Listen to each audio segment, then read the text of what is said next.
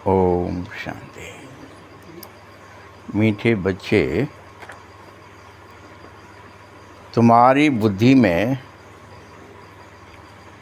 सारे ज्ञान का सार आना चाहिए। अब इतने दिनों से सुनने मुरली सुन ली, अब सार तो आ जाए जो टिक जाए। मक्खन बुद्धि में सारे ज्ञान का सार। अब ये नहीं चाहिए कि ज्ञान को रटे हैं, किताबें रखे हैं, नहीं।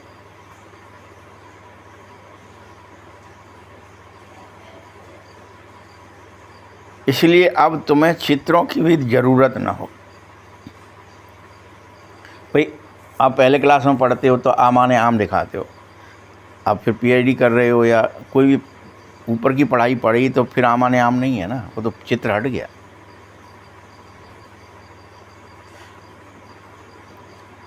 तुम मुझ बाप को याद करो और दूसरों को कराओ, इसमें लग जाओ। अब तुम्हें चित्रों में, प्रदर्शनी में क्या काम करना है? तुम्हें बाबा को याद करो और कराओ। प्रश्न है, पिछाड़ी के समय तुम बच्चों की बुद्धि में कौन सा ज्ञान रहेगा? अब ये इतना सारा मुरलियाँ तो नहीं रहेंगी, ये डिटेल भी नहीं रहेगी। क्या रहेगा?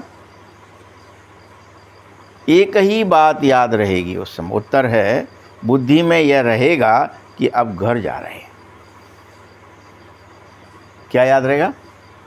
बोरिया बिस्तर बंद चुके होंगे, सब कुछ हो चुका होगा, याद है घर जा रहे हैं। बस कहाँ जा रहे हो? घर जा रहे हैं।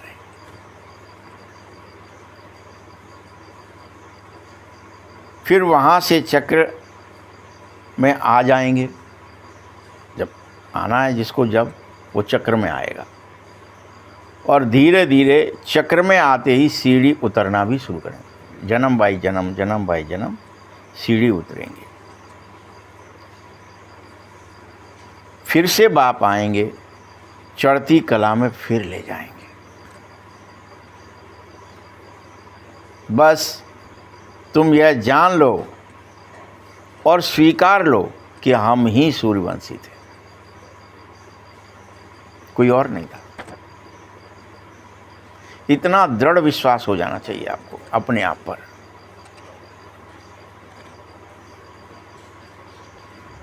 और फिर हम ही चंद्रवंशी भी बनेंगे, डॉट डॉट डॉट डॉट। फिर आगे क्या बनेंगे?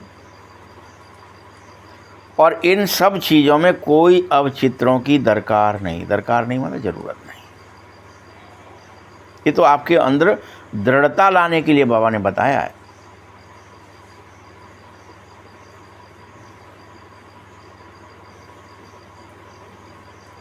ओम शांति। बच्चे, तुम सब आत्म अभिमानी होकर ही बैठो और 84 का चक्र बुद्धि में, अर्थात अपने वैरायटी जन्मों का ज्ञान आपको याद रहे। ज्ञान माने जानकारी।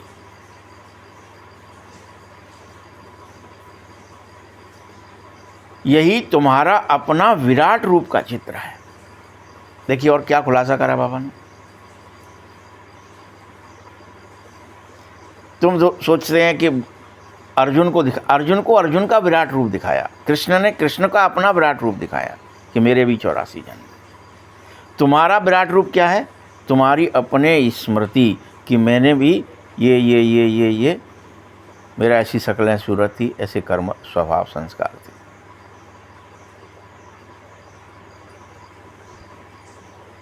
ये विराट रूप है आपका। और इस विराट रूप का ज्ञान आप बच्चों में होना ही चाहिए कि कैसे कैसे हम 84 जन्म लेते हैं और क्या क्या लेते हैं। उनका साक्षात्कार कर सकते हो, आप देख सकते हो। इसलिए दिखाया, वहाँ उन्होंने साक्षात्कार कराया, फिर विराट रूप मिट गया।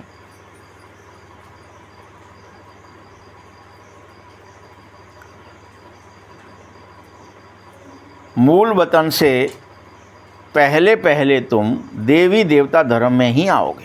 अभी वापस जाओगे घर, फिर मूल वतन से वापस लौटोगे तो ऐसे नहीं कि आप कहीं भी चले जाएंगे, भटक जाएंगे। देवी देवता धर्म में आओगे। यह ज्ञान तुम्हारे बुद्धि में फिक्स होना चाहिए। और इसके लिए कोई चित्र नहीं चाहिए और हमको कोई चित्र आदि याद भी नहीं करना है। अंत में सिर्फ यही याद रहे कि हम आत्मा हैं और परम धाम के रहने वाले हैं, मूल वतन हमारा घर है, ये याद रह जाए।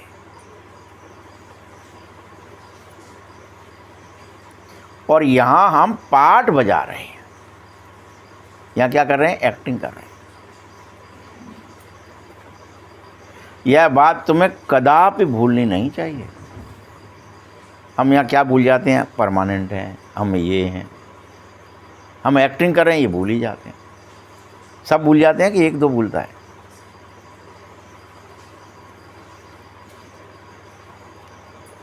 ये मनुष्य सृष्टि के चक्र की बातें बहुत ही सिंपल हैं और ऐसी बातों के लिए चित्र तो बिल्कुल नहीं चाहिए। आप कहेंगे अभी भी सीढ़ी दिखाओ तो पता चलेगा, गोले को दिखाओ तो पता चलेगा। आप खुद देख लो ना अपना विराट रूप, प्रत्येक को दिखेगा तुम्हारे कितने जन्म है, कितने मूड है। मूड माने जन्म, इसलिए दिखाया शरीर एक है लेकिन मूड यानी अब क्या पहचान क्या है जन्म की? एक जन्म और दूसरे जन्म का फोटो अगर आपका लिया जाए तो ये हाथ पैर आँख नाक ये सिर्फ इतना ही पहचान, यही फेस होता है। और इसी से मनुष्य को मनुष्य पहचानते हैं।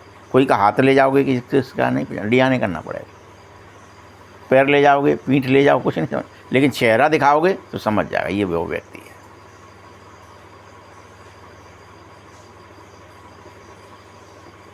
ज्ञान में तुम्हारी पढ़ाई है और पढ़ाई में अब चित्र नहीं चाहिए, ये ऊपर की पढ़ाई है। इन चित्रों को सिर्फ करेक्ट किया गया है, जैसे वह कहते हैं गीता का भगवान कृष्ण है, तुम कहते हो शिव है। ये जो तुम्हारे पुराने जो चित्र भी थे, इनको भी करेक्ट किया गया है। यह बुद्धि में समझने की बातें हैं और तुम्हें यह भी सदैव याद रखना चाहिए कि हमने 84 का चक्कर लगा लिया है इस बार फिर से। अब हमें हर हाल में पवित्र बनना है।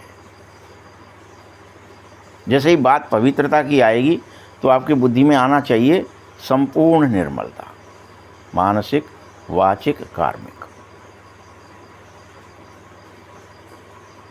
जैसे ही तुम पवित्र बनेंगे फिर से नए चक्र में चले जाएंगे।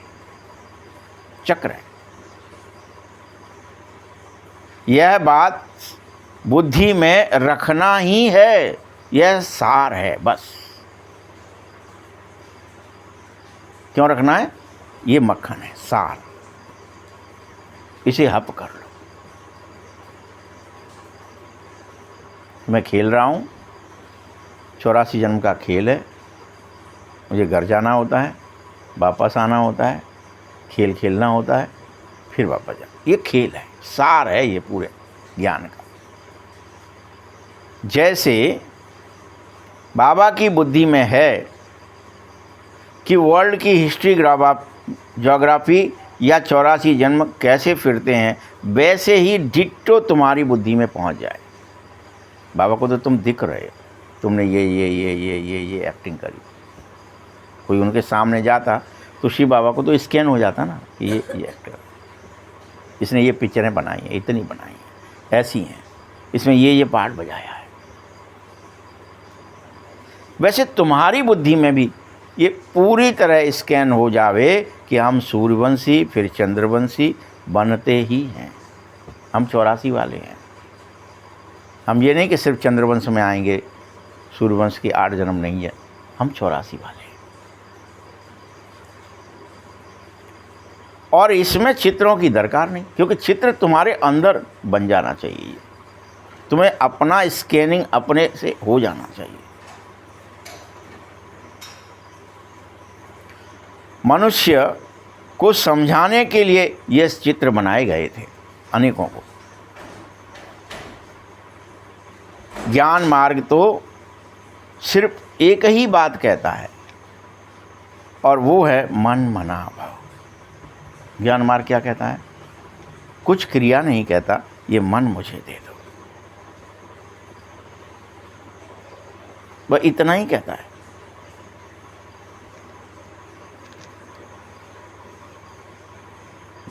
तुम यहाँ पर ये चतुर्भुज का चित्र है, रावण का चित्र है, यह सब भी समझाने के लिए तुम्हें दिलवाए हैं बाबा ने अनेकों को। वो भी चित्र लाओ, चतुर्भुज क्या है, लक्ष्मी नारायण क्या है, फिर चतुर्भुज ब्रह्म विष्णु क्या है, ये सारे चित्र, रावण क्या है, मूण क्या है, किसके लिए? समझाने के लिए। तुम्हारी बुद्धि तो यथार्थ ज्ञान में जानी चाहिए, और यथार्थ ज्ञान क्या है? मन मुझे देना। जानकारी हो गई आज मुझे कि अच्छा यथार्थ ज्ञान में मन बाबा को देना पड़ता है, तो वही काम करना चाहिए। फालतू फालतू के काम में फिर क्यों लगना है? और तुम यह बिना चित्र के समझाओ, तुम समझा सकते हो, तुम्हारी बुद्धि में चक्र है, बल चित्रों द्वारा सिर्फ सहज करके समझाते हो, लेकिन उसकी अब तुम्हें दरकार नहीं। क्लियर कट है इस मुरली में।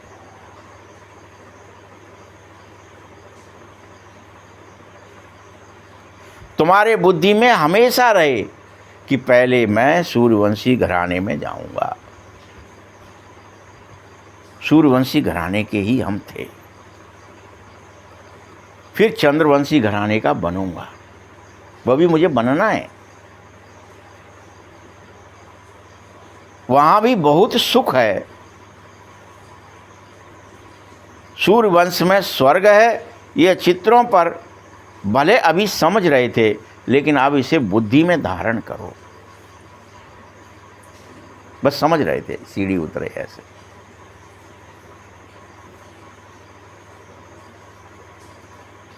और इतना धारण करो कि चक्र लगाना कैसे होता है, सीढ़ी पर कैसे मनुष्यों को सहज में तुम जो समझाते, वैसे तुम अपने को बुद्धि में समझा लो कि मेरा विराट रूप है और उसमें ये चित्र हैं, मैं ये बना, सतयुगी, त्रेता युगी, द्वापर युगी, कलयुगी, इतने मैंने जन्म लिए, ये मेरी शक्ल है, सूरत थी, ऐसे मेरे कर्म थे, ये स्वभाव संस्कार बने, और कैसे कैसे मिटते गए, सब आ जाए।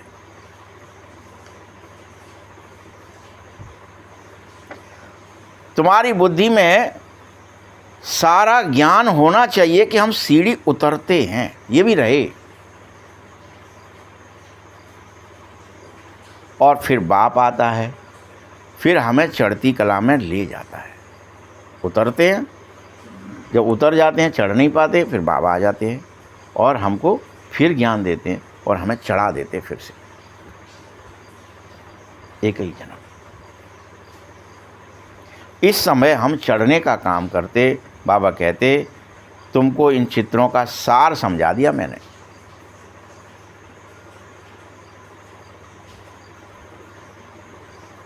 यही सार है। बाबा सीढ़ी हम उतरेंगे, बाबा आएगा, हमको चढ़ा देगा, ये सार है। जैसे गोला है तो उस पर समझा सकते थे ना तुम कि 5000 वर्ष, फिर गोले में क्या समझाते हो? ये चक्र कितने का? गोले में यही तो सृष्टि चक्र है ना, चक्र कितने वर्ष का है? तो 5000 वर्ष का। अगर यह चक्र लाखों वर्ष का होता तो मनुष्यों की संख्या बहुत बढ़ जाती, बहुत।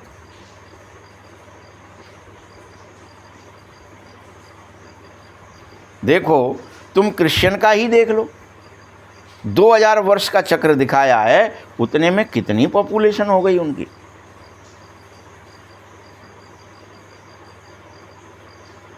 और अगर ये लाखों वर्ष का होता तो कितने मनुष्य होते, क्या पृथ्वी पर बनते? जब 5000 वर्ष में इतने मनुष्य हो जाते हैं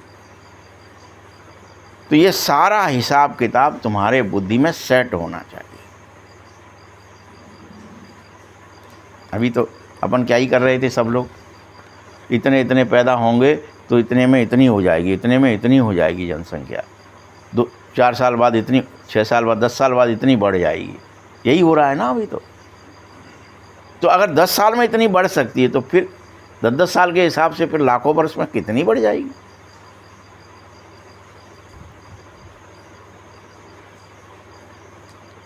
याद रखो, यह भी तुम्हारे बुद्धि में ज्ञान रहे कि सतयुग में हम पवित्र होते हैं, इस कारण से थोड़े होते हैं।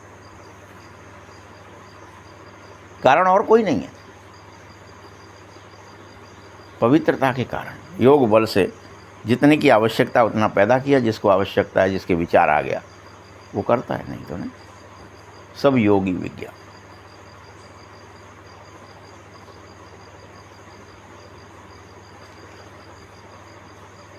अभी देखो भोग बल से होने के कारण कितने ढेर के ढेर हैं, और लाखों वर्ष की अगर आयु होती तो संख्या गिन नहीं सकते थे, अनगिनत हो जाती।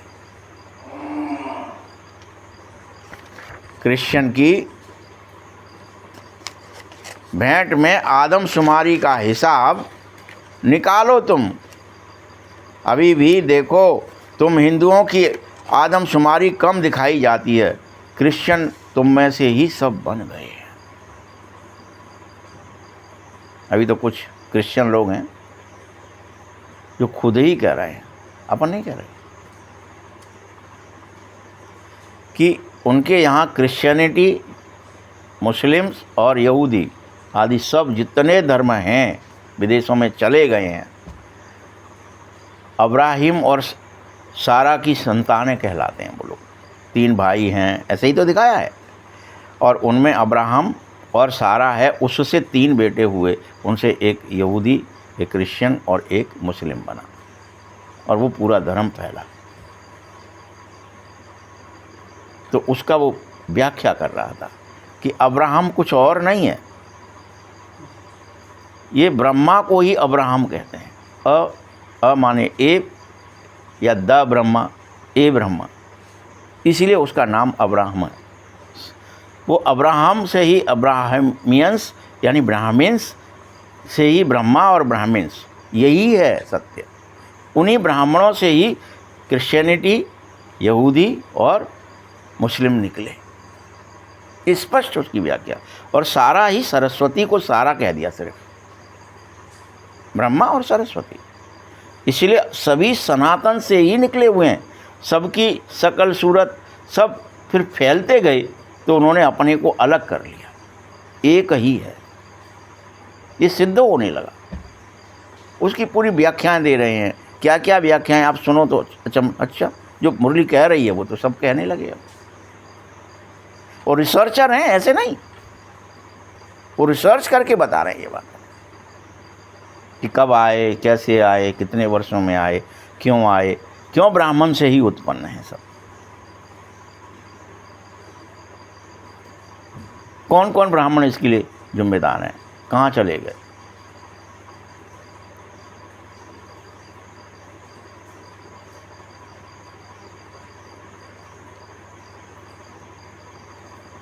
तो क्रिश्चियन बन गए। बाबा भी कह रहा है, क्या क्या कह रही है मुरली, कि क्रिश्चियन बहुत किससे बन गए तुम, उसी हिंदुओं से ही बन गए, उसी आदमशुमारी से बन गए, कहीं बाहर से नहीं आए, कोई था ही नहीं। दिखाया है ना पूरे। आपका चित्र क्या कह रहा है, आपका झाड़ क्या कह रहा है, सीढ़ी क्या कह रही है, कि पहले तना एक ही है, उसी में से डगालें गोदे निकलते हैं, और बीज रूप में शिव बाबा ही हमारा सबका कौन है, बीज है इस मनुष्य वृक्ष का, कुछ और है ही नहीं। और जब ये बात पूरी तरह सिद्ध हो जाएगी और सब जान जाएंगे, डीएनए से हो जाएगा और कोई अलग अलग आविष्कार हो जाएंगे, अभी के अभी हो जाएंगे कुछ कुछ, तब समझ में अच्छा, एक बीज से सब जगह उपजा, तब समझ में आएगा कि हम सब एक। और ये तभी होगा जब लड़ाइयाँ होंगी, झगड़े होंगे, मारकाट होंगी, बम्बे गिराएंगे कि ये अलग है इनको मार दो, वो अलग है उनको मार दो, ये फिर रिसर्च और बढ़ेगी। क्यों ही मार दो, ये तो सब अपने, ये तो एक माता पिता की संतानें हैं सब, सभी मनुष्य। कोई भेद है ही नहीं, तभी तो फिर से अभेद होगा। अगर आप रिसर्च क्या है, यानी वो ज्ञान है, वो जानकारी है जो अभी भूल गए हो, इसलिए तुम लड़ रहे हो। ये फलाना जात है, ये फलाना जात है, इनकी जिन्होंने ये करा उन्हें, यानी गोदा गोदे से लड़ रहा है, डगाल डगाल से लड़ रही है, पत्ता पत्ते से लड़ रहा है। किस कारण से? अज्ञानता।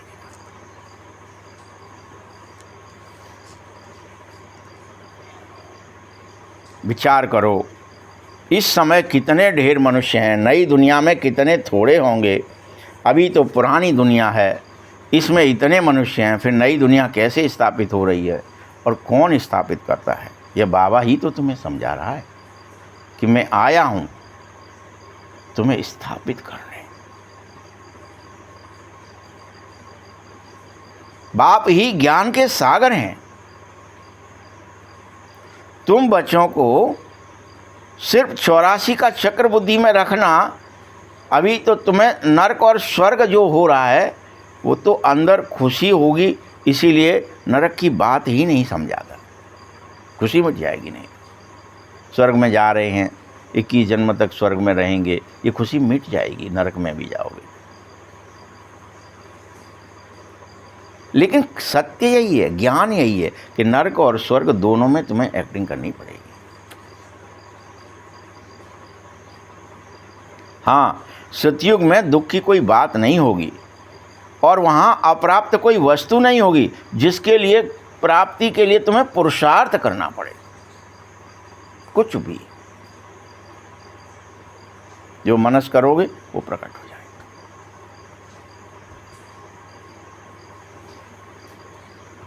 अभी पुरुषार्थ करना चाहिए, करना पड़ रहा है। यहाँ तो तुम क्या क्या ही करते हो, ये मशीन चाहिए, वो मशीन चाहिए, ये चाहिए, ये चाहिए, डॉट डॉट डॉट।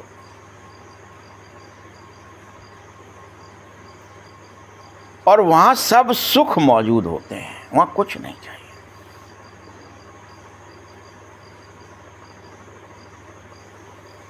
जैसे कोई महाराजा होता है ना, तो उसके पास सब सुख मौजूद है, गरीब के पास सब सुख मौजूद नहीं होता।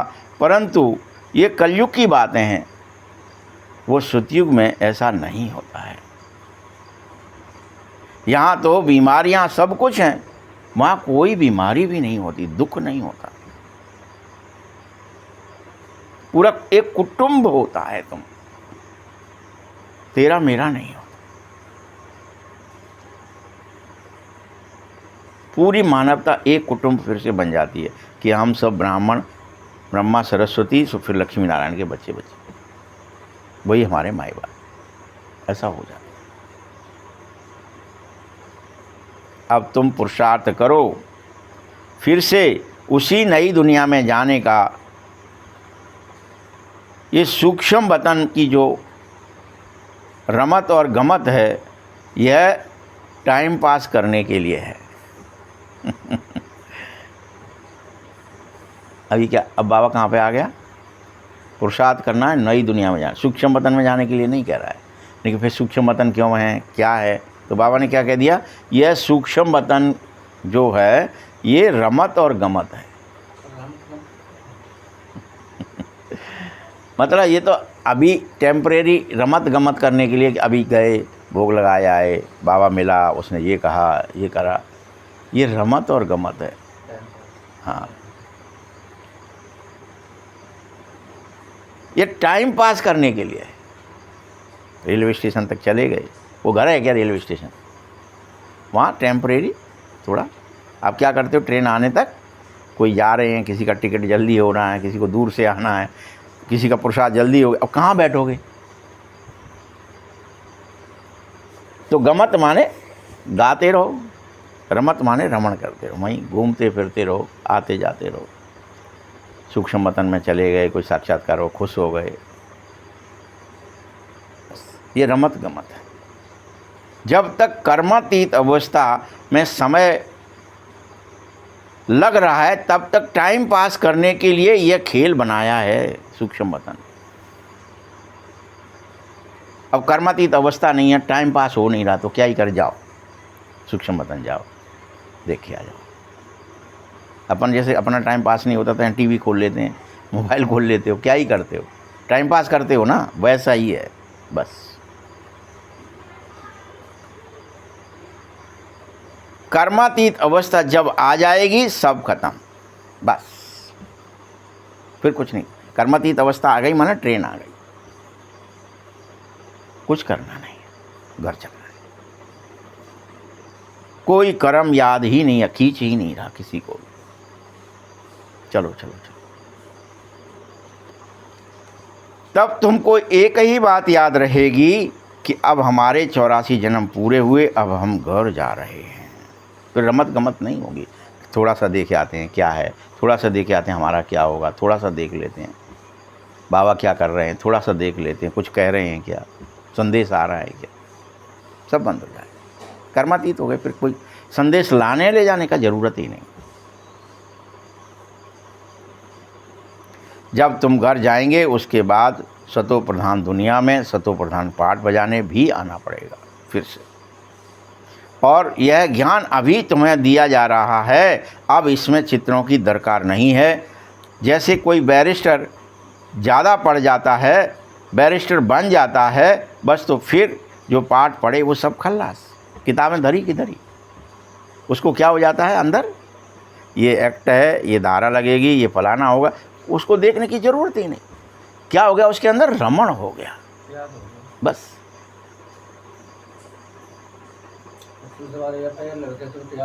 बस ये धारा लग गई, इसमें ये लगेगी, इसमें ये 33 है, ये फलानी है, बस। तो वही यहाँ है आपको ज्ञान में। फिर ये नहीं है कि एक एक चीज़ के लिए किताब पलटोगे, एक एक चीज़ के चित्र समझाओगे या समझोगे, वो तो ज्ञान है, वो तो आपके अंदर रमण करने लगता है। तो वो सब पाठ का पढ़ा लिखापन खल्लास, क्योंकि रिजल्ट निकली किसकी, प्रारब्ध की निकलती है, पुरुषार्थ की नहीं निकलती। तुम फिर पढ़ोगे, फिर राजाई करोगे, और उस राजाई में तो तुम्हें नॉलेज की भी दरकार नहीं है। राजाई के लिए थोड़ी चाहिए कि मैं कितने जन्म लूँगा, सुख होगा कि दुख होगा। वहाँ राजा बन गए, बनाए गए हो, सब प्रजा आ रही है, ढोक लगा रही है, क्या हो रहा है, आनंद ले रहे हो आप भी, वो भी आनंद ले रहे। वो ढोक लगाने में सबका आनंद है, कोई घृणा किसी को किसी से।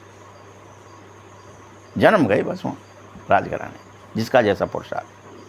कौन साहूकार के घर जन्मा, कौन दास दासी के घर जन्मा, कौन क्या करेगा, सब होगा एक्टिंग के अनुसार, कर्मों के अनुसार।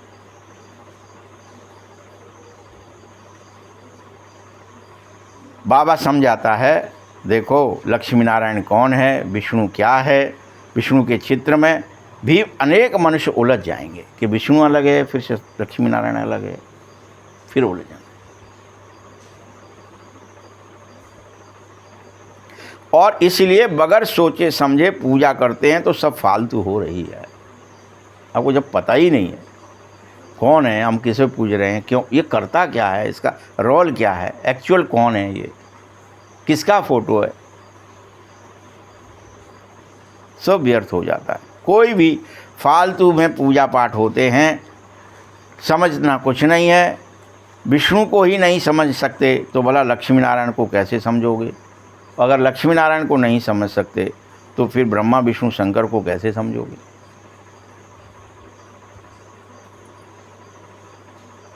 वहाँ भी उन धर्मों में भी ट्रिनिटी होती है, 3 देव। और ट्रिनिटी का बड़ा भारी रिवाज है कि 3 हैं, यानी कि कौन कौन 3 है, एक ईश्वर है, एक ईश्वर का बच्चा है, और एक ईश्वर को मानने वाला है। ऐसे लिख दिया है कहीं, कोई कुछ उसका अर्थ निकाल रहे हैं 3 का, जबकि 3 देव की बात है वो, क्योंकि वो निकला कहाँ से ट्रिनिटी, 3 देव। जैसे ब्रह्मा और अब्राहम निकला, अब्राहम मतलब आप समझ गए, ब्राह्मण को अब्राह्मण,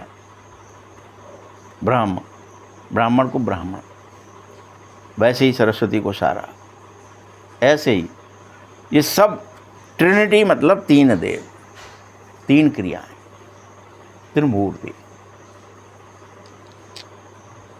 तो नहीं समझते, यह ब्रह्मा भी यही है, पवित्र बनेगा तो यह शरीर इसका छूट जाता है और पुरानी दुनिया से जीते जी वैराग्य हो जाता है। यहाँ है कर्म बंधन, और जितने जिनको कर्म के बंधन है वह सब बंधन दुख देने वाले होते हैं। कोई बंधन भी हो, बांधना, जेल हो जाना, कोई बंधन हो किसी तरह का, आप बाहर नहीं निकल सकते, हो गया बंधन। अब कोई भी प्रक्रिया, वैसे ही तो बंधन हमेशा दुख देते हैं, संबंध हमेशा सुख देते हैं। आप को अब बाप कह रहे हैं अपने घर चलो बच्चे, सारे बंधन तोड़, कर्मातीत में जाना है। बंधन टूटते ही दुख का नामो निशान मिट जाएगा। बंधन तुमने खुद बांध लिए। अब यहाँ तो दिखा देंगे फिर वो रावण ने शनि देव को, ग्रहों को बांध लिया, देवी देवताओं को बांध लिया, फलाने को बांध लिया, इंद्र को बांध लिया। ये बंधन किसने बांधे हैं? अच्छा आप बताइए, किसने बांधे हैं? कर्मों में हम अपने आप फंसे हैं कि नहीं ये तो हमें चाहिए, वस्तु चाहिए, ये फलाना चाहिए, ये चाहिए, ये उससे कितना दुख होगा, अशांति होगी, उसका टेंशन आएगा, ये इसकी कोई परवाह है? कोई नहीं। हमको तो चाहिए बंधन वो वाला, चाहे वो इंद्रियजन्य हो, चाहे मानसिक हो, चाहे कार्मिक हो, कोई भी हो, कामना वासनाओं का हो, चाहे इच्छाओं का हो, चाहे हर तरह का बंधन हम ही बांधे घूम रहे हैं। और हम कह रहे हैं रावण ने हमें बांध दिया है, हमने नहीं बांधा। सारे ग्रह नक्षत्रों को रावण ने बांध लिया है, सारे देवी अरे रावण कैसे बांधेगा जब तुम नहीं बंधोगे तो? हम इच्छाओं से बंधे पड़े, बस। हमें क्या होना? इच्छा मात्रम अविद्या होना, इच्छाओं की अविद्या हो जाए, कोई इच्छा ही नहीं है, कुछ चाहिए ही नहीं। तभी तो कहा था जिन्हें न चाहिए कबों कुछ।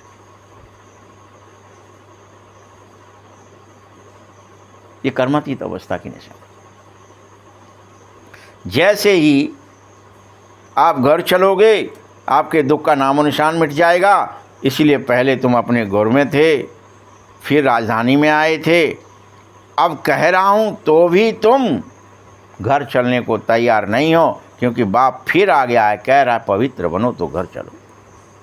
बंधन कैसे कटेंगे? मुट्ठी छोड़ोगे बंधन कट जाएंगे। हम चने की मुट्ठी बांध करके निकलना चाहते हैं, संसार से नहीं निकलना, तो बंधन कट जाएंगे, बुद्धि से ही कटेंगे।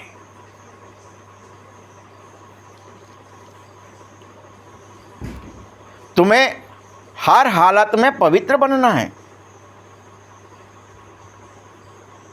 इस समय देखो अनेकों मनुष्यों का तो खान पान भी कितना गंदा हो गया है।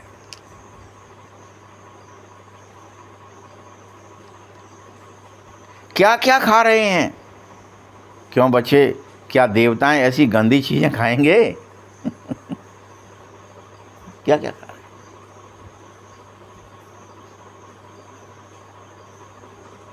भक्ति में भी देखा था बाबा ने कि इतना ज़्यादा निर्दयता हो गई थी भक्ति के अज्ञान के कारण कि मनुष्य मनुष्य की बलि तक चढ़ा देता था। पशुओं की तो चढ़ाता था, तो चढ़ाता ही था। पकड़ लाओ किसी को, कोई मिल जाए जिससे अपना संबंध ना हो, काट दो माँ के सामने, बहुत बड़ा पुण्य हो जाएगा, माँ खुश हो जाएगी। अनेकों आज भी आप सुनते हो ना केस, तुम अगर किसी की बलि चढ़ा दो तुम्हारे बच्चा हो जाएगा, तो लोग दूसरों का बच्चा ले जाके काट देने को तैयार हैं। कितने केस होते रहते हैं और रोज़ न्यूज़ में भी आते हैं। बाबा यहाँ वही बात कह रहा है कि भक्ति में मनुष्य मनुष्य की बलि चढ़ाने से रुकता नहीं था, अपने स्वार्थ के लिए, अपने बंधनों, तेरे मेरे के। बाबा कहता ये भी ड्रामा बना हुआ है, लेकिन अब भूल जाओ तो इन बातों, ये ड्रामे में था। तो वहाँ हम दूसरों के दिखाते, चोल भील पकड़ ले जाते, वो आदमी को काट देते। कोई कोई ने बना रखे हैं, जंगल में गए तो वहाँ पकड़ लिए किसी ने, राजा हो तो भी पकड़ लिए थे वो लोग, वो जंगली, उन्हीं को तो बानर कहते, बालू बानर। कौन है और? वही जो ज्ञान भी है, सब कुछ है, लेकिन वहाँ भी पढ़े लिखे भी होते थे, परंतु वो वन में रहते, इसलिए मानव वन में रमण करने वाले। पुरानी दुनिया फिर नई जरूर बन रही है। तुम यह भी समझो कि हम ही सतो प्रधान थे, हम ही बन रहे हैं। तुम ये स्वीकार कर लो और भूल जाओ बाकी बातों को। और फंसोगे तो फिर से तुम्हें याद आएगा वो 84 तो गंदगी है वहाँ। जब आप हटाने के लिए फिर से क्या कह रहा है कि सतो प्रधान बन जाओ।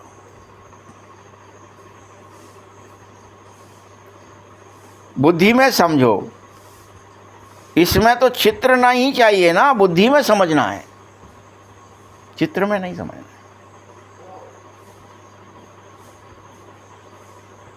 नहीं तो मनुष्य बहुत ही प्रश्न पूछते हैं। बाबा ने 84 जन्मों का चक्र समझा ही दिया है कि तुम कैसे सूर्यवंश, चंद्रवंश, वैश्यवंश, शूद्रवंश आदि बनते हो, इतने जन्म लेते हो। ये बुद्धि में तुम्हें रखना चाहिए। इसके लिए बार बार चित्रों पर नहीं जाना चाहिए।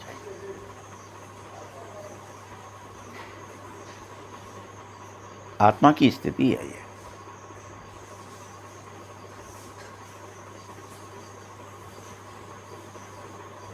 बाबा तुम बच्चों को सूक्ष्म वतन का राज भी पूरा क्लियर खोल रहा है कि अनेक बच्चे हैं जो ध्यान से सूक्ष्म वतन तक चले जाते हैं। ध्यान में बैठे हैं, कुछ दिखने लगा, परंतु उनमें न योग होता है न ज्ञान। वो ध्यान है तो ध्यान ही है बस, न योग है वो, न ज्ञान है। वह सिर्फ एक रस्म है, रीत रिवाज है। इसीलिए समझा रहा हूँ, अनेक ऐसे हैं जो आत्माओं को बुलाते हैं, फिर वह आती है, रोती है, पश्चाताप करती है। आपके यहाँ भी दिखाया ना, रावण मर गया, क्या ही दिखाया, फिर क्या ही सीन है।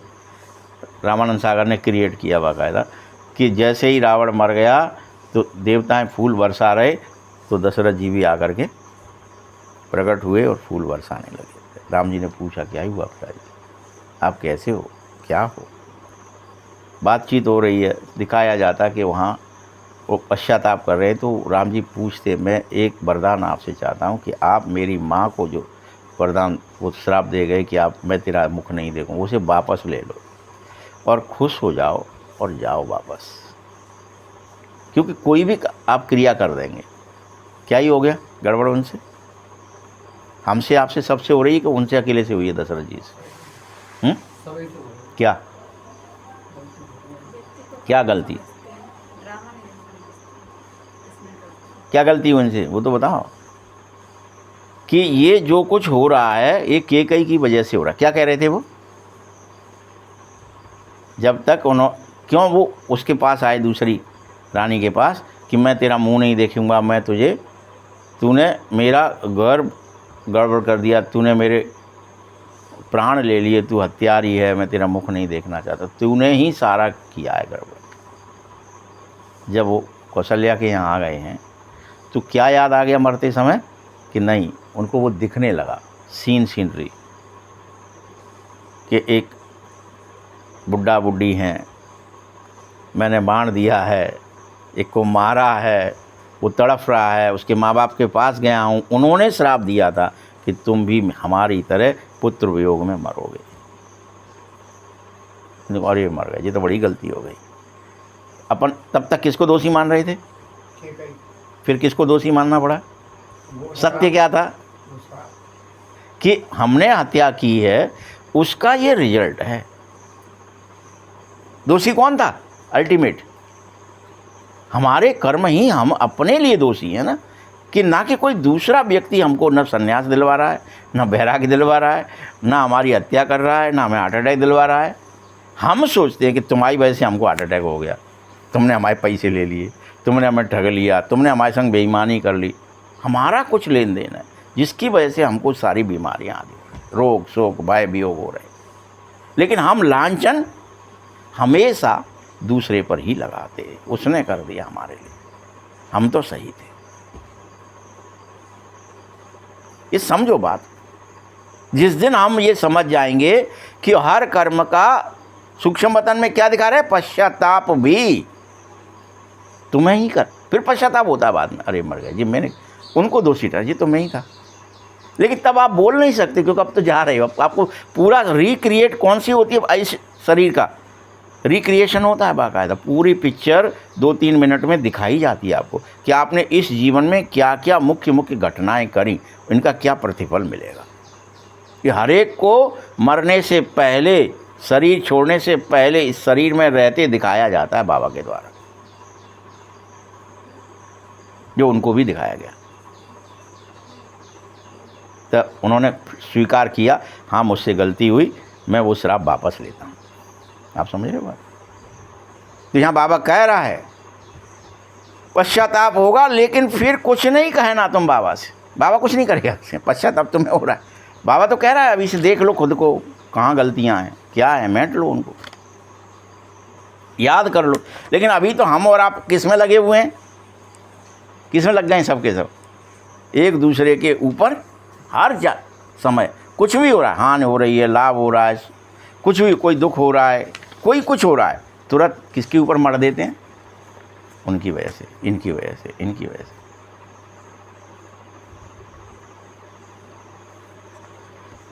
गफलत करते हो तुम बच्चे। सदा अटेंशन रखो कि मुझे तो अपना समय सफल करना है। हम दूसरे के गफलत के चक्कर में नहीं, उनकी वजह से हो रहा है, हमने तो कुछ करा ही नहीं है। अरे अपना समय सफल कर लेते हैं, वेस्ट मत कर। कई लोग व्याख्या करते हैं ना कि अगर भगवान है तो आता क्यों नहीं है, भगवान है तो वो बचाता क्यों नहीं है, भगवान है तो वो हवाई जहाज वालों को कोई ने तो पुकारा होगा उसमें से, उसने रक्षा क्यों नहीं करी, फलाना क्यों। अनेक तरह की आजकल बहुत ज़्यादा फैला हुआ है ये सब। बाबा वहाँ वही बात, वेस्ट है, गफलत है। बाबा समझा रहा है बच्चे टाइम वेस्ट ना करो, बहुतों को रास्ता बताने का पुरुषार्थ करो और पूरा महादानी बन जाओ, पूरा। बाबा को याद करने मात्र से विक्रम विनाश होते हैं। जो भी आए हैं उनको ये समझाओ कि 84 का चक्र है और वर्ल्ड की हिस्ट्री ज्योग्राफी चक्र बाई चक्र रिपीट, एक चक्र पूरा हुआ दूसरा शुरू, दूसरा पूरा हुआ तीसरा शुरू, ये रिपीट होता रहता है। और ये इतना ही बड़ा है, 5000 का ही है, 84 जन्म है, तो ये रिपीट रिपीट रिपीट होता ही है। अब 12 घंटे हैं और घड़िया की 3 सुई हैं, वो तो क्या हो रही हैं। आप कहें इसके लिए ये कितने युग चलेगी, वो तो चल ही रही है। उसको तो क्या है, सेकंड बाई सेकंड, सेकंड भी रिपीट हो रहा है। एक चक्कर लग गया 1 मिनट हो गया था, अब वो चक्र है ना, अब छोटा है चाहे वो, ऐसे ही योग का चक्र है। तो हिस्ट्री ज्योग्राफी नटशेल में सारी बुद्धि में रहनी चाहिए। तुम बच्चों को खुश रहना चाहिए कि हम अब इस गंदी दुनिया से बस छूटे कि छूटे, ये याद रहे। अरे मनुष्य समझते हैं नरक और स्वर्ग और कहीं है। जिनको बहुत धन है समझ लेते हैं हम स्वर्ग में हो गए हैं, अच्छे कर्म किए सुख मिल गया तो कहते हैं हमारे तो बहुत अच्छे कर्म में बाल बच्चे सब कुछ है, तो हमारे लिए तो यही स्वर्ग है। भूखों मर रहे हैं तो नरक है, और थोड़ा सा ठीक ठाक हो गए तो स्वर्ग मान लेते। अरे बच्चों, अब तुम्हें पता है कि 21 जन्म के लिए रियल में सुख पाओ। वह एक जन्म की बात ही नहीं है, उसमें दिन में 1 मिनट के लिए सुख आ गया, दूसरे मिनट फिर दुख आ गया, ऐसा नहीं है कुछ। रियल रहेगा अनेकों वर्षों तक, 2500 वर्ष तक। बाबा कह रहा है ये अल्पकाल सुख नहीं है, तुम्हारा 21 जन्म का है। इसीलिए सभी को रास्ता ज़रूर बताओ और ये याद दिलाओ कि जो भी कोई बाबा को याद करेगा वो निरोगी भी बनेगा, स्वर्ग का मालिक भी बनेगा। सबको याद दिलाओ, सब भूल गए इसलिए याद ही नहीं कर रहे हैं, याद दिलाओ सबको। और स्वर्ग में राजाई है, उसको भी याद करो, राजाई थी अब नहीं है, भारत की ही बात है, बाकी तो सब बाई प्लाट्स हैं, पिछाड़ी में सब चले जाएंगे, फिर हम आएंगे नई दुनिया में। कोई नहीं रहेगा, ये बब्बड़ नहीं रहेगा, यहाँ के ये संसाधन सब चीज़ें मिट्टिया मेड हो जाएंगी, फिर हम आएंगे। यह समझने की बात है, और इस बात को समझने में कोई चित्र की दरकार नहीं है। बाबा बार बार आज चित्र के लिए बोल रहा है, चित्र की ज़रूरत नहीं है, दरकार नहीं माने ज़रूरत नहीं। तुम हर बात के लिए फिर चित्र लाएं, लाओ चित्र पे समझाएं, चित्र पे समझें नहीं, यह बुद्धि में समझो, ज्ञान बुद्धि की चीज़ है। और यह सिर्फ समझने के लिए या किसी को दिखावे के लिए नहीं है, यह रियल है। कि हम समझने के लिए प्रदर्शनी समझें या दिखावे के लिए कोई पूजा पाठ करते हैं जैसे, वैसा नहीं है, ये रियल है। समझाया भी जाता है तो हमको भी फिर से भक्ति मार्ग वाले चित्र भी थे, वैसे ही इनको भी चित्र को करेक्ट करना पड़े, नहीं तो कहेंगे तुम तो नास्तिक हो, इसीलिए करेक्ट करके बनाए हैं तुमने। अरे बच्चों, ब्रह्मा द्वारा स्थापना तो विष्णु द्वारा पालना तो शंकर द्वारा विनाश। वास्तव में यह ड्रामा की ही नूंद है, ये होता ही है, इसे कोई रोक नहीं सकता। ये नूंद है कि शंकर विनाश करेगा ही और ब्रह्मा स्थापना करेगा ही, विष्णु को पालना करने।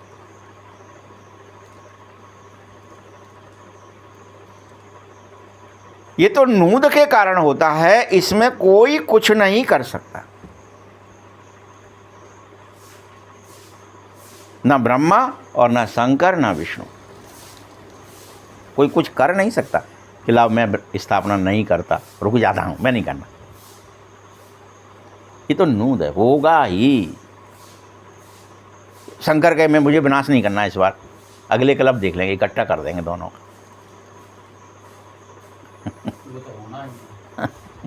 ये प्रक्रिया सेकंड में भी वही हो रही है, स्थापना पालना विनाश, तो वह जीवन में भी हो रहा है स्थापना पालना विनाश, तो वह कल्प में भी हो रहा है स्थापना पालना विनाश। ये चक्र की तरह है, नूंद है, ये होगा ही।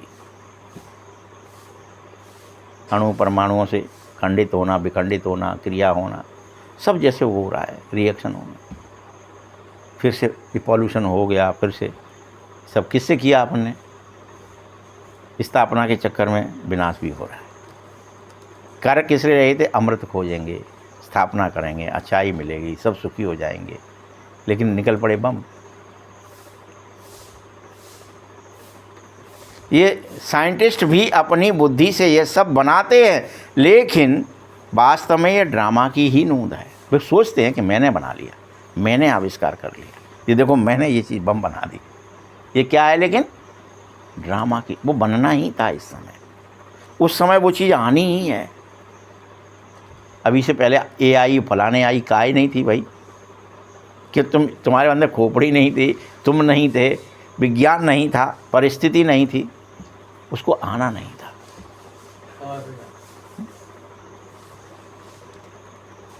ये ड्रामा अनुसार आएगा टाइम। बल कोई कितना भी कहे कि बम बनाओ या बम ना बनाओ, कोई दो तरह के लोग होते हैं ना, कहते कोई कहेगा बम बनाओ, कोई कहेगा नहीं बनाओ, परंतु जिसके पास ढेर है वह तो समुद्र में डाले, तो फिर दूसरा कोई न बनाए, वह रखे तो ज़रूर और भी बनाएंगे। परंतु तुम बच्चे ये जानते हो कि इस सृष्टि का विनाश भी होना ज़रूरी होता है, होना ही है, वह भी ड्रामा की नूंद है। ये क्यों बना रहे हैं, क्यों पटक रहे हैं, क्यों मार रहे हैं, सबके लिए बाबा ने आज क्लियर कट नूंद है। इसमें न ब्रह्मा कुछ कर सकता है, न शंकर, न विष्णु, वो भी बंधे हैं। बाबा खुद कह रहा मैं भी बंधा हूँ ड्रामे। ड्रामा में मतलब ड्रामा चल रहा है, उसमें एक्टिंग करनी पड़ेगी मुझे अपनी, सबको अपनी अपनी।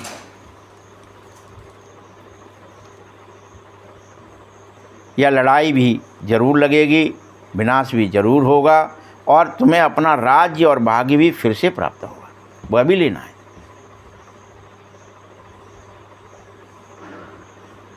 अब मीठे बच्चों, तुम सबके लिए कल्याणकारी बन जाओ, सबके लिए। ये तुम्हारा नूद है, इसलिए याद दिला रहा है कि तुमने कल्याण तो किया ही नहीं। तुम्हारा इस समय पाठ है नारायण बनना है, तो सबके कल्याणकारी बन जाओ, सबके, सारी मानवता के, सारे सब लोगों के, सभी जीव जंतुओं, पशु पक्षी, सबका कल्याण, सबके बारे में सोचो, सबका भला हो रहा है। और करो मनसा वाचा कर्मणा।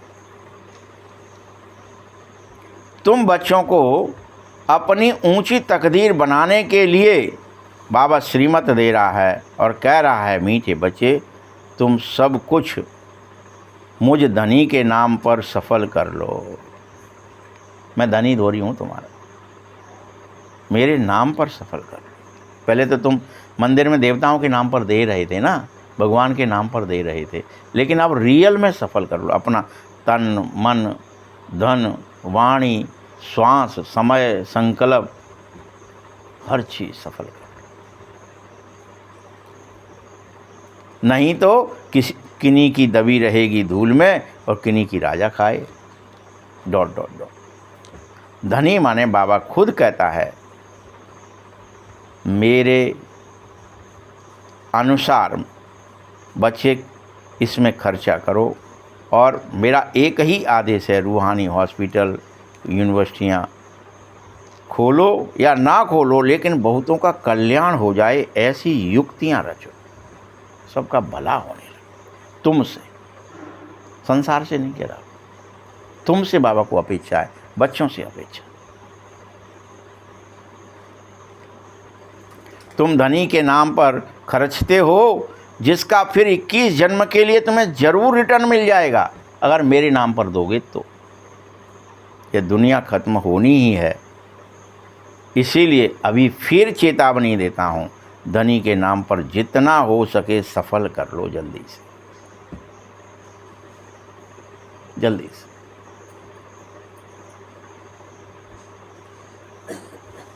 धनी शिव बाबा है, भक्ति में धनी के नाम पर करते थे, अभी तो डायरेक्ट धनी आ गया है। मेरे नाम पर करते थे भक्ति में, अब मैं खुद आ गया हूँ, मेरे ऊपर करो। तुम बहुतों का कल्याण करने के कर्म करो 21 जन्म के लिए। राज्य भाग्य के चक्कर में जाने से पहले यह धन दौलत आदि यूज कर लो ईश्वरीय काम में, नहीं तो धन दौलत सब खत्म होना ही है, वो बचेगा कुछ नहीं। नाम पर खर्च करोगे तो मिल जाएगा, लेकिन बोओगे तो मिल जाए। अब वो खर्च ही तो करते हो, बोते हो तो किसान क्या करता है उस समय वो बावनी के टाइम पे बोए नहीं कि खर्च नहीं करूँगा, मुट्ठी भर बचा है या 2 किलो बचा है, 5 किलो अन्न है, मैं इसको भी फेंक दूँ कि हाँ फेंक दे। क्या करते थे पहले, पर मटकियों में रखे रहते थे, अरे बचा ही नहीं है घर में, खाने के लिए भी नहीं, लेकिन नहीं पहले फेंकना जरूरी है, खाना बाद में देखें। ये समय आ गया है बोई का, खर्च करने, क्योंकि जब खत्म हो जाएगा फिर भक्ति मार्ग भी नहीं होगा। अब खत्म तो होना ही है, तुम खर्चों पर फिर से तुमको रिटर्न मिल जाएगा अगर तुम धनी के नाम पर खर्चों के लिए क्या करेंगे, खर्चों का क्या होगा, हमारे खर्चे कैसे चलेंगे, अपन सब यही सोचते हैं ना, इसलिए तो नहीं कुछ करना चाहते खर्चा। ईश्वरीय कर्म, ईश्वरीय मार्ग, ईश्वरीय सेवा।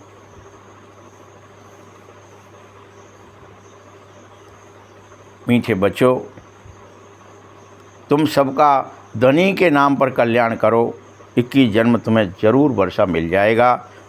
कितना अच्छा समझ रहे हो, फिर जिनकी तकदीर में होगा वही खर्चा कर पाएंगे। खर्चा भी कौन कर पाएगा, हर कोई नहीं करेगा। सुन लिया तो अभी खर्चा हो जाएगा क्या, जिसकी तकदीर में होगा वो कर देगा। अपना घरबार भी भल संभालो, मना नहीं कर रहा हूं कि घरबार छोड़ दो, त्यागी बन जाए, लेकिन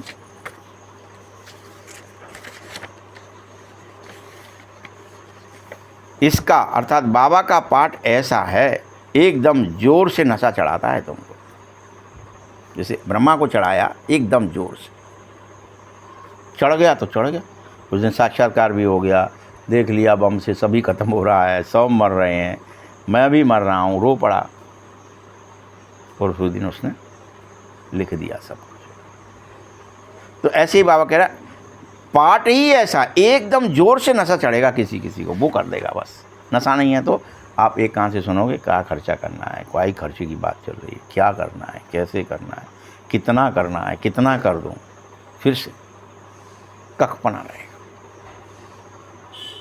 बाबा तुम्हें बादशाही दे रहा है और तुम फिर भी गदाई लेना क्यों स्वीकार कर रहे हैं। भगवान चाहता है बोझ उतरे तो नया मिले। खाली हो, कोई चीज़ खाली होगी तभी तो भरी जाएगी। हम आप सीढ़ी छोड़ेंगे नहीं तो दूसरी पर कैसे आएंगे।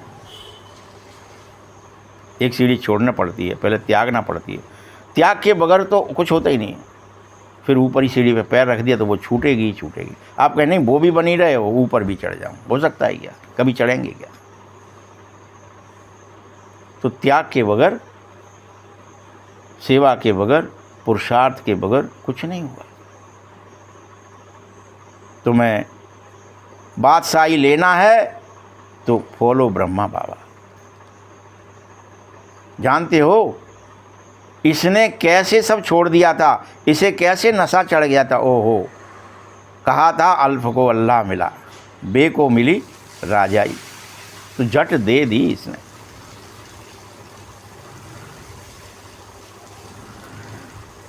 इसके पास बाकायदा राजाई थी, ये कम नहीं था इसके बाद धन दौलत, लेकिन फिर भी इसने सब भागीदार को दे दिया, पार्टनर को दिया। भैया तू मुझको नहीं चाहिए। बे मतलब भागीदार। ऐसे ही सबसे अच्छा फर्टाइल धंधा है ये, जिसे जो करे सो प्राप्ति पाए, जो त्यागे सो मूर्त बने। तुमको राजाई मिली है, बहुतों का कल्याण करो। पहले भट्टी बनी थी तो उस भट्टी में कोई पककर तैयार भी हुए तो ऐसे भी निकले जो कोई कच्चे ही रह गए बेचारे। हुआ, हर बार होता है, हर जगह होता है, हर चिमनी में होता है, हर भट्टे में होता है, यहाँ भी होता है, मनुष्यों में भी होता है। भट्टी बनी, पहले आ गए, अब तप नहीं रहे तो कच्चे ही निकलोगे ना। आग लगी नहीं रही, लौ लगी नहीं, जैसे सब आए इसलिए हम आ गए, देख के आ गए, पड़ोसी की वजह से आ गए, रिश्तेदार ने कहा था इसलिए चले आए यहाँ तक। तो जो प्राप्ति हो रही है आपको, आत्मसम्मान, आत्मज्ञान, आत्मस्मृति, वो होगी ही नहीं, कच्चे रहे आप। देखो जैसे अब बाबा दूसरा उदाहरण दे रहा है। गवर्नमेंट नोट बनाती है, फिर ठीक नहीं बनते हैं तो गवर्नमेंट उन्हें जला भी देती है। ठीक नहीं बना, छपाई गलत हो गई, कुछ इसमें कोई मिस्टेक आ गई। आगे तो चांदी के रुपए चलते थे या सोने के चलते थे, तो सोना और चांदी बहुत था ना उस समय। अभी तो क्या ही रह गया है। कोई का तो अभी भी कुछ नहीं है, तब भी जो बचा है वह राजा खा जाएगा, कोई की डाकू खा जाएंगे। देखो अनेक डाके कैसे कैसे लगते हैं, तो कोई कोई के लिए फेमन लग जाएगी। फेमन मतलब हाँ, सूखा पड़ जाएगा या बाढ़ आ जाएगी, वो उस तरह से बह जाएगा। अचानक पता चलो दर्र से गिर गया। कल न्यूज़ देख रहे थे, थोड़ी सी देर के लिए बैठ गए, देखा कि फलानी जगह हिमाचल में वहाँ पे 5 मंजिल गिर गया है, फलाना हो गया है। अब 1 मिनट में न्यूज़ आ गई, 5 मंजिल एकदम गोविंदा है। अपन तो सोच रहे 5 मंजिल बनाया, बढ़िया घर है। कितनी देर लगी?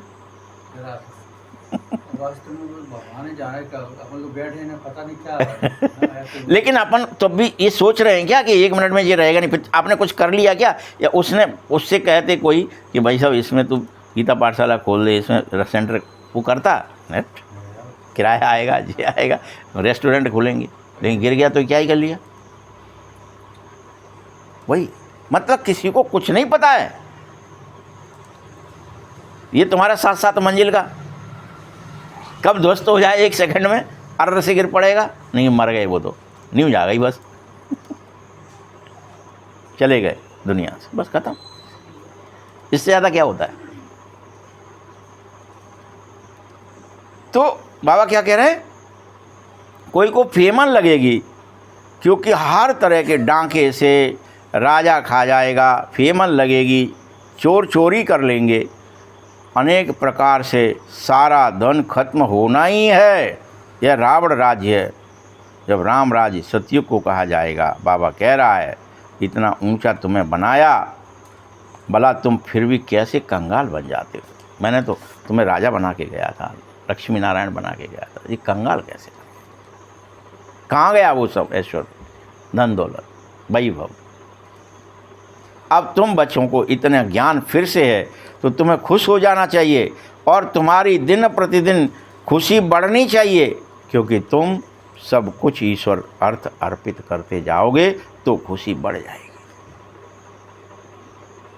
सब अपना नाम, मान, शान, पद, प्रतिष्ठा, धन, दौलत, ऐश्वर्य, वैभव सब किसके नाम कर दो? ईश्वर के नाम कर दो, तो खुशी बढ़ेगी। कुछ करना ही नहीं है। आप दान दोगे तो वो ग्रहण उतर जाएगा। इसलिए यहाँ हम क्या करने लगे, ग्रहण पड़ गया भाई साहब, ग्रहण पड़ गया है, तो कोई आएगा मांगने वाला, उसको कीलें देंगे, कहीं कुछ कांच देंगे, उसमें कुछ नमक देंगे, कुछ देंगे, अजीब सी चीज़ें दे करके उसको पकड़ा देते, भाई साहब तू ले जा, दाल दौल जो भी है तुम्हारे पास, कि जिससे हमारा जो कुछ है, यानी कांच की रच का मतलब क्या था कि जो कुछ हमारे पास कबाड़ बचा है, विचार में, भावनाओं में, कर्म में, स्थूल में, सब दे दो, अर्पित कर दो ईश्वर अर्थ, और सुखी हो जाओ। वो ग्रहण जो बुद्धि पर लगा है वो उतर जाए। ये नियम बुद्धि के लिए था, हमने टोटका करके कि वो ग्रहण सूरज पे लग गया है और अपन टोटका करो, नहीं तो सूरज को कष्ट होगा ये करते रहे। जितना तुम यात्रा पर नज़दीक होंगे मेरे, उतनी तुम्हारी खुशी का पारावार बढ़ता जाएगा। तुम जानो शांति धाम सुख धाम सामने खड़ा है, इतनी खुशी हो जानी चाहिए। तुम्हें क्या दिखाई देने लगे? ये शांति धाम सुख धाम तो सामने खड़ा है, बस अभी मिला के मिला। बैकुंठ के झाड़ तुम्हें दिखाई पड़ने लगे। जैसे कोई गांव के नज़दीक पहले पैदल चलते थे तो झाड़ दिखाई देने, वो गांव आ गया और वो दिख रहा हो, वे पेड़ दिख उड़े, तो बड़ी खुशी हो जाती थी, और तेरी की आ गया बस सब पास में। वैसे ही बैकुंठ के झाड़ दिखाई देने लगे तुम्हें, बस आप पहुँचे कि पहुँचे। ये तुम्हारे अंदर इतनी लालसा आ जाए, जिज्ञासा आ जाए, उत्सुकता आ जाए, जीते जी दिखने लगे बैकुंठ आपकी आंखों। अच्छा, मीठे मीठे सकीलते बच्चों प्रति माता पिता बाप दादा का याद प्यार और गुड मॉर्निंग। रूहानी बाप की, रूहानी बच्चों को नमस्ते। रूहानी बच्चों की भी बाप दादा को बहुत बहुत याद प्यार और नमस्ते। धारणा के लिए मुख्य सार है, अपना टाइम सफल करने का अटेंशन सदा रखो कि मुझे समय, तन मन धन जन, जब सब कुछ समय श्वास संकल्प सब सफल करना है, इसका अटेंशन हो, सफल करना है, सब व्यर्थ नहीं चला जाए, तब तक सफल कर लो। वो तो जाएगा तो है ही। मान लीजिए ठीक है, उसका बाढ़ से चला गया, किसी का बम से चला जाएगा, किसी का और कोई परिस्थिति, कोई को वो नगर पालिका वाले आएंगे, वो खर्र पर तोड़ो कर देते हैं ना, बम लगा दो, तोड़ दो। देखा ना नोएडा में भी कितने मंजिलें बनाई उन्होंने, 36 मंजिल 50 मंजिल तोड़ दिया भैया। कितना धन लग गया, कितनी आरसीसी, सब एकदम से गोला पटक नीचे आ गया। गलत बनाया था, नक्शा नहीं था, ये नहीं है, मंजूरी नहीं है, इतना बन गया दिखाई नहीं किसी को ये कलयुग है, कितना ही नशा हो तो माया गफलत न करा सके। अटेंशन कितना रखना है? माया गफलत न करा सके, इसके लिए महादानी बनो, बहुतों को रास्ता बताने में बिजी हो जाओ। ठीक है। दूसरा पॉइंट है, अपनी ऊंची तकदीर बनाने के लिए, फिर से बाबा वही बातें दोहरा रहा है, ऊंची तकदीर बनाने के लिए धनी के नाम पर सब कुछ सफल करो और रूहानी यूनिवर्सिटी खोलते जाओ। वरदान है ऊंचे से ऊंचे बाबा को प्रत्यक्ष करने वाले। शुभ और श्रेष्ठ कर्मधारी भव, शुभ और श्रेष्ठ कर्मधारी भव। जैसे राइट हैंड सदा शुभ और श्रेष्ठ कर्म करता है, वैसे आप राइट हैंड बाबा के बनो और सदा शुभ और श्रेष्ठ कर्मधारी बनो। आपका हर कर्म ऊंचे से ऊंचे बाप को प्रत्यक्ष करने वाला बन जावे, क्योंकि कर्म ही संकल्प बोल को प्रत्यक्ष प्रमाण के रूप में स्पष्ट करने वाला होता है। कर्म को भी देख सकते हो, कर्म द्वारा अनुभव कर सकते हो। इसलिए चाहे रूहानी दृष्टि द्वारा, चाहे अपनी खुशी के लिए रूहानियत के चेहरे द्वारा बाबा को प्रत्यक्ष जरूर करो। खुशी से करो, अपने चलन से करो, चेहरे से करो, अपने विनम्रता स्वभाव से करो, संस्कार से करो, लेकिन बाबा को प्रत्यक्ष करो। यह कर्म ही है। बाबा क्या कह रहा है? यह भी कर्म ही है। आप सोच रहे ये काम कहाँ हुआ? जब बाबा भगवान को प्रत्यक्ष करना, ये कौन सा काम किया आपने? ये बहुत बड़ा कर्म है जिसे तुम्हें करना है। भगवान को प्रत्यक्ष करो। आपके अंदर भगवान की शकल, सूरत, गुण, कर्म, स्वभाव दिखे संसार को। ओ ये तो बाबा के बच्चे हैं, कोई वो तो ये तो बाबा जैसे दिख रहे हैं। वो देखो इनकी शकल बाबा से मिलती है। शकल मतलब कर्म, स्वभाव, दया, प्रेम, क्षमा, शांति सब आ जाए आपके अंदर। स्लोगन है, रूहानियत का अर्थ है नयनों में पवित्रता की झलक और मुख पर पवित्रता की मुस्कुराहट हो। ये है रूहानियत। नयनों में पवित्रता की झलक हो, मुख पर पवित्रता की मुस्कुराहट हो। ओम शांति।